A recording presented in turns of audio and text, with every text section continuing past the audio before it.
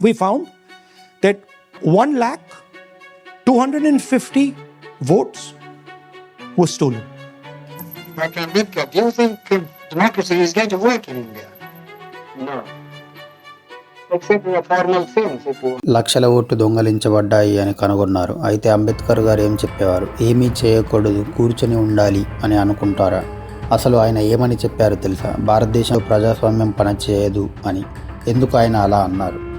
మన రాజ్యాంగం ఒక్కో వ్యక్తికి ఒక్కో ఓటు అనే సూత్రంపై నిలబడి ఉంది. ఇది వినడానికి అద్భుతంగా అనిపిస్తుంది, కానీ అన్ని ఓట్లు నిజంగా ఒక్కో వ్యక్తి ఒకసారే వేస్తున్నారా? లేదా ఎవరైనా 6 సార్లు, 10 సార్లు, 20 సార్లు ఇలా వేస్తున్నారా? ఇదే మన ప్రజాస్వామ్యానికి ముప్పు. Stands for is based on the fact that one person gets one vote. अरे बहुत बढ़िया स्टाफ है, कहीं 6 वोट हम अकेले डाले हैं। 6 वोट अकेले? हाँ अकेले डाले हैं। आप अकेले 6 वोट डाले? 6 डाले। भाजपा का? भाजपा का। हाँ हाँ अकेले 6 वोट मारे? अकेले। Gurkirat Singh Dang appears once, twice, 3 times, 4 times. This is the gentleman called Aditya Srivastava.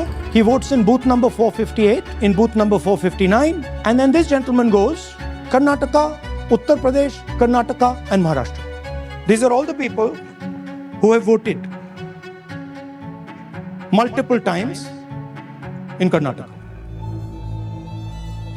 Anything we do in the commission and anything our district magistrate down the line in the election process do is based on 2 pillars. Disclosure. Disclose everything to the public, to the voter. Voter have right to know everything what we are doing, how we are doing. This was the challenge here. This is 7 feet of paper. Why the election commission doesn't give us electronic data? These papers that are given, they themselves do not allow for optical character recognition. So if you scan them, you can't actually get the data out of them. And we were surprised. Why is the election commission protecting these pieces of paper? Election commission यानी निर्वाचन आयोग का कहना है कि राहुल गांधी को जो भी कहना है वो शपथ पत्र के जरिए कहें और अपने सबूत शपथ पत्र के స్టోరీ దేశంలోనే అతిపెద్ద రాజకీయ సమస్యగా మారింది. ఒకవైపు ఇండియా బ్లాక్, మరొక వైపు ఎలక్షన్ కమిషన్. ప్రెస్ కాన్ఫరెన్స్లో ఎన్నికల సంఘం ఇచ్చిన వివరణలు నిజంగా పనిచేశాయా, లేదా ప్రజల సందేహాలు మరింత పెంచాయా? మన ప్రజాస్వామ్య భవిష్యత్తు ఈ పోరాటంపైనే ఆధారపడింది. అందుకే యుద్ధం అత్యంత కీలకం. గత కొన్ని వారాలుగా రాహుల్ గాంధీ మరియు ఇండియా బ్లాక్ ఎన్నికల సంఘంపై తీవ్రమైన దాడులు చేస్తున్నారు. రాహుల్ గాంధీ నేరుగా అంటున్నారు ఎన్నికల సంఘం బీజేపీ కోసం ఓటు చోరీ చేస్తుంది అని.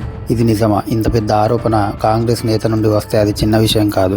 చెప్పాలంటే ఒకవైపు సినిమా థియేటర్లో వార్ 2 రిలీజ్ అవుతూ ఉంటే, ఇంకోవైపు రాజకీయ వేదికపై Rahul Gandhi versus election commission and BJP. ఇది సినిమా కంటే పెద్ద డ్రామా. ప్రధానమైన ప్రశ్నలు ఏంటంటే, ఎన్నికల సంఘం నిజంగా పక్షపాతం లేకుండా పనిచేస్తుందా, లేక బీజేపీ తరపున పనిచేస్తుందా అని. మరో ప్రశ్న, సీసీటీవీ ఫుటేజ్ ఇవ్వకపోవడంపై అసలు ఉద్దేశం ఏంటి? ఇంకా ఇంటి అడ్రస్పై వందల మంది ఓట్లు రిజిస్టర్ అవ్వడం కేవలం పొరపాట, లేక సిస్టమ్ను గుంజేస్తున్న పెద్ద మోసమా? में घर में वोटर लिस्ट के हिसाब से 80 लोग से इधर यहाँ पे, इसमें कोई आपका रिलेटिव है, कोई है क्या? देखो नहीं सर, कोई नहीं है। DFOIGOIDF father's name. नहीं आप हंस रहे हो भैया? पूरा सिस्टम उड़ा दिया है, चोरी हो रही है। मशीन है आवाम बाप लोग से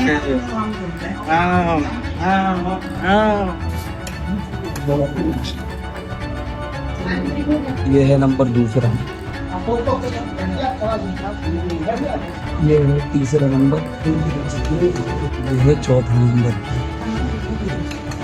5वां वोट है, 5वां देख लो, 5 वोट डाल चुका हूँ, 6वां लेके जा रहा हूँ, 6वां वोट, 6वां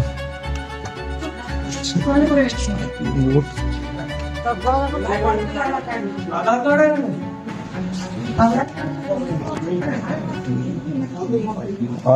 మొదటి ప్రశ్న, సీసీటీవీ ఫుటేజ్ వివాదం. అపోజిషన్ చెప్తుంది ఏమంటే, సాయంత్రం 5 గంటల తర్వాత ఓటర్ల సంఖ్యలో భారీ పెరుగుదల జరిగింది, దాంతో ఫలితం మారిపోయింది అని. అందుకే సీసీటీవీ ఫుటేజ్ చూపించడం అని డిమాండ్ చేస్తున్నారు.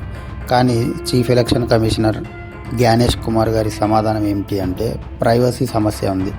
ఇది అమ్మ, కోడలు, కూతురు విషయం అయితే దేశం ముందు ఎలా చూపించగలం అని సిఈసి గారు అంటున్నారు. అసలు ఈ జ్ఞానేష్ కుమార్ గారు ఏం మాట్లాడుతున్నారో ఆయనకైనా అర్థమవుతుందో లేదో. ఇక్కడ ప్రైవసీ సమస్య ఎక్కడ ఉంది? ఇదేమైనా వాళ్ళ పర్సనల్ వీడియోనా? ఆధార్లో, డిజి యాత్రలో, ఇన్కమ్ ట్యాక్స్లో ప్రభుత్వమే ప్రైవసీని ఉల్లంఘించట్లేదా? అక్కడ ప్రైవసీ ఎందుకు మాయమవుతుంది, కానీ ఓటింగ్లో మాత్రం కోడలు కూతురు ఉదాహరణ ఎందుకు ఇస్తున్నారు? ప్రజాస్వామ్యం 2 స్తంభాలపై నిలుస్తుంది. ఒకటి పారదర్శకత, రెండవది బాధ్యత, అకౌంటబిలిటీ. ఎన్నికల సంఘం నిజంగానే పారదర్శకంగా ఉందా? ఎందుకు వారు డేటాను ఎలక్ట్రానిక్ రూపంలో ఇవ్వడం లేదు? ఎందుకు పేపర్ కాపీలకే పరిమితం చేస్తున్నారు? ఎందుకు స్కాన్ చేసిన ఓసీఆర్ ద్వారా చదవలేని విధంగా ఇస్తున్నారు? దీనిలో దాగి ఉన్న నిజమేమిటి? ఎన్నికల సంఘంపై ప్రశ్నిస్తే వెంటనే అఫిడవిట్ అడుగుతారు. మీ పిల్ల చనిపోయినా ముందు అఫిడవిట్ ఇవ్వాలి అన్నట్టుగా వ్యవహరిస్తారా? మీ చెల్లెల్ని ఎవరో వేధించినా ముందు అఫిడవిట్ ఇవ్వాలి అని అంటారా? ప్రశ్నించడం నేరమా? ప్రశ్నించే విద్యార్థుల్ని ఎందుకు బెదిరిస్తున్నారు? మహారాష్ట్రలో 45 రోజుల్లోనే సీసీటీవీ ఫుటేజ్ మొత్తం డిలీట్ చేస్తామని అంటున్నారు. ఈ 21వ శతాబ్దంలో పెటాబైట్ల డేటా కూడా ఒక చిన్న డ్రైవ్లో దాచుకోవచ్చు. అయినా ఎందుకు డిలీట్ చేయాలి? ఏం దాచాలని అనుకుంటున్నారు? ఇది ఇలా ఉంటే డబుల్ ఓటింగ్ సమస్య. ఎన్నికల సంఘం చెప్తుంది దేశం పెరుగుతోంది, జనాలు ఒక ఊరి నుండి మరో ఊరికి వెళ్తున్నారు కాబట్టి డూప్లికేట్ ఓట్లు వస్తాయి అని. ఒకే ఇంటి నంబర్లో 52 ఓటర్లు, మరొక ఇంట్లో 47, ఇంకొక ఇంట్లో 31 ఓటర్లు. అయితే చంద్రపూర్లో రాహుల్జీ ఇలానే గెలిచారా? ఇది ప్రజల ఓటా లేక మాయా ఓటా? సిఈసి ప్రశ్నిస్తున్నారు. జనం ఒక ఊరు నుండి మరొక ఊరికి వెళ్తున్నారు కాబట్టి డూప్లికేట్ ఓట్లు వస్తున్నాయి అన్నప్పుడు ఈ లాజిక్ ప్రకారం అమెరికాలో ప్రతి ఒక్కరికి 56 ఓట్లు ఉండాలి కదా. అది కాకుండా రిపోర్టర్స్ కలెక్టివ్ చేసిన ఇన్వెస్టిగేషన్లో ఒక ఇంటి అడ్రస్లో 100 ఓటర్లు రిజిస్టర్ అయి ఉన్నాయి, కానీ ఆ ఇల్లు అసలు లేనే లేదు. ఇది పొరపాట లేక ప్రణాళికబద్ధమైన మోసమా? చీఫ్ ఎలక్షన్ కమిషన్ ఇలా మసిపూసి మారడికాయ చేస్తుంది. 5:30 बजे वाला मामला था महाराष्ट्र में, तो कहते हैं सीसीटीवी फुटेज को हम 45 दिन में खत्म कर देंगे, डिस्ट्रॉय कर देंगे. बड़ा स्ट्रेंज रिएक्शन है. 10 घंटे भी अगर मान लें हम, 7 बजे से 7 बजे तक की सीसीटीवी होती है, 12 घंटे, 10 भी मान लें, तो जरा अंदाजा लगाइए 10.5 लाख बूथ की 10 घंटे की फुटेज का मतलब हो गया 1 करोड़ घंटे. 1 करोड़ घंटे. और अगर 1 करोड़ घंटे का एक आदमी देखने बैठेगा तो अंदाजा लगा सकते हैं कितना समय लगेगा. अगर 8 घंटे भी रोज देखेगा तो 3600 साल लगेंगे उसको देखने में. 3600 years he will take to see. Why does he want it? Let us ask this question from the person who wants this. आज 21वीं सदी में आप अनलिमिटेड डेटा एक ड्राइव पर रख सकते हो. पूरा हिस्टोरिकल डेटा आप 50-100 साल का रख सकते हो एक छोटी सी हार्ड ड्राइव में, और इसी उसको डिस्ट्रॉय करना चाहती. क्यों? सीसीटीवी फुटेज डिस्ट्रॉय करना चाहती, क्यों? ये सवाल था. और डुप्लीकेट वोट का देखिए आप रायबरेली में मोहम्मद कैफ, बूथ नंबर 83, 151, 218, सब जगह इनका नाम है. और डायमंड हार्बर में खुर्शीद आलम एक ही रहता है, लेकिन इनका बाप बार बार बदल जाता है. विधानसभा एक है इरानाड, लेकिन पोलिंग बूथ 135, 115, 152 में मैमूना बार बार वोटर बन जाती है. 52 वोटर आईडी एक ही घर पे 52 नंबर पोलिंग बूथ पे वंडूर असेंबली में हुए. 47 वोटर आईडी एक ही घर हाउस नंबर 189 में रायबरेली में बने हैं. 31 वोटर आईडी हाउस नंबर 86 पे बने हैं हर चांदपुर में. तो राहुल जी कैसे बन गए, जवाब दीजिए. जो आप ज्यादा उम्र के वोटर्स की बात करते हैं, तो कैसे निलंबर में, वायनाड में ये जो नए वोटर की एडिशन हुई है 102, 101 साल, 99 साल, ये नए वोटर. फिर लिली कुट्टी, इनका आप देखिए उम्र है 102, कमलम्मा की उम्र है 101, पारू की उम्र है 101, और ये नए वोटर के रूप में ऐड हो गए. तो राहुल जी, प्रियंका जी, आप क्या कर रहे थे? 1724 में से 301 बूथ में डायमंड हार्बर में 15% वृद्धि हुई है पिछले 4 सालों में, और सारे टीएमसी ने जीते हैं. बल्क एडिशन है भाई. तो क्या आप चुनाव इसीलिए जीत रहे हो? ये जो फर्जी वोट एडिशन के आपके अनुसार हो रही है. तो कुल मिलाकर बीजेपी ने भी एक तरह से इलेक्शन कमीशन की ही कार्यशैली पर सवाल खड़े कर दिए हैं. फर्क सिर्फ इतना होता है कि कॉन्स्टिट्यूएंसीज बदल जाती हैं, जो इलाके మీకు అర్థమవుతుందా? ఇక్కడ 2 పార్టీలు, బీజేపీ మరియు కాంగ్రెస్, 2 పార్టీలు అలిగేషన్స్ చేస్తున్నాయి ఓటు చోరీ జరిగింది అని. మనం ఇక్కడ మాట్లాడుతుంది ఒక పార్టీకి సపోర్ట్ గానో ఒక పార్టీకి అగైనెస్ట్ గానో కాదు. మనం మాట్లాడుతుంది కేవలం ఓటు చోరీ గురించి మాత్రమే. ఈ వీడియో ప్రజాస్వామ్యం గురించి, అకౌంటబిలిటీ గురించి, ట్రాన్స్పరెన్సీ గురించి.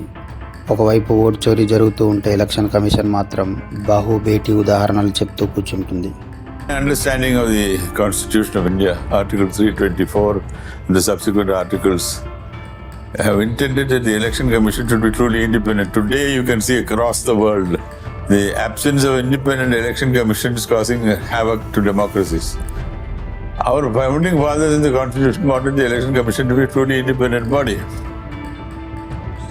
Unfortunately, as happens in many things in this country, The design and theory is one. కానీ ఒకప్పుడు ప్రజాస్వామ్యాన్ని కాపాడిన ఓ వీరుడు ఉన్నాడు. ఆయన పేరు టిఎన్ శేషన్. ఆయన అంటాడు, నేను రాజకీయ నాయకులను బ్రేక్ఫాస్ట్ లో తింటాను అని చెప్పిన వ్యక్తి. ఆయన ధైర్యం వల్లే ప్రజాస్వామ్యం నిజమైన అర్థంలో నిలిచింది. ఇప్పుడు ప్రశ్న, మన కాలంలో అలాంటి శేషన్లు ఉన్నారా, లేక అధికారులంతా స్పైన్లెస్, ధైర్యం లేని వారు అయిపోయారా? స్నేహితులారా, దేశ రాజకీయ వేదికపై పెద్ద తుఫాన్ రాబోతుందేమో అనిపిస్తుంది. ముఖ్యంగా ఇండియా బ్లాక్ అనే అపోజిషన్ టీం ఒక గొప్ప అడుగు వేయాలనుకుంటుంది. ఆ అడుగు ఏమిటో తెలుసా? Chief election commissioner Gyanesh Kumar పై ఇంపీచ్మెంట్ మోషన్, అంటే పదవీచ్యుత తీర్మానం తీసుకురావడం. ఇది చిన్న విషయం కాదు. మన దేశంలో ఇంపీచ్మెంట్ అంటే అత్యంత అరుదుగా జరిగే చర్య. మరి ఇది ఎలా జరుగుతుంది? దానికి కావాల్సిన సంఖ్యలు ప్రతిపక్షం దగ్గర ఉన్నాయా?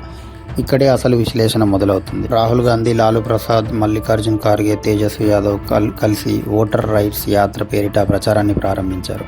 ఎందుకు? వాళ్ళ ఆరోపణ ప్రకారం బీహార్లో 65 లక్షల ఓట్లను డిలీట్ చేశారు. అలాగే బెంగళూరులో 1,00,000 ఓట్లు చోరీ అయ్యాయని.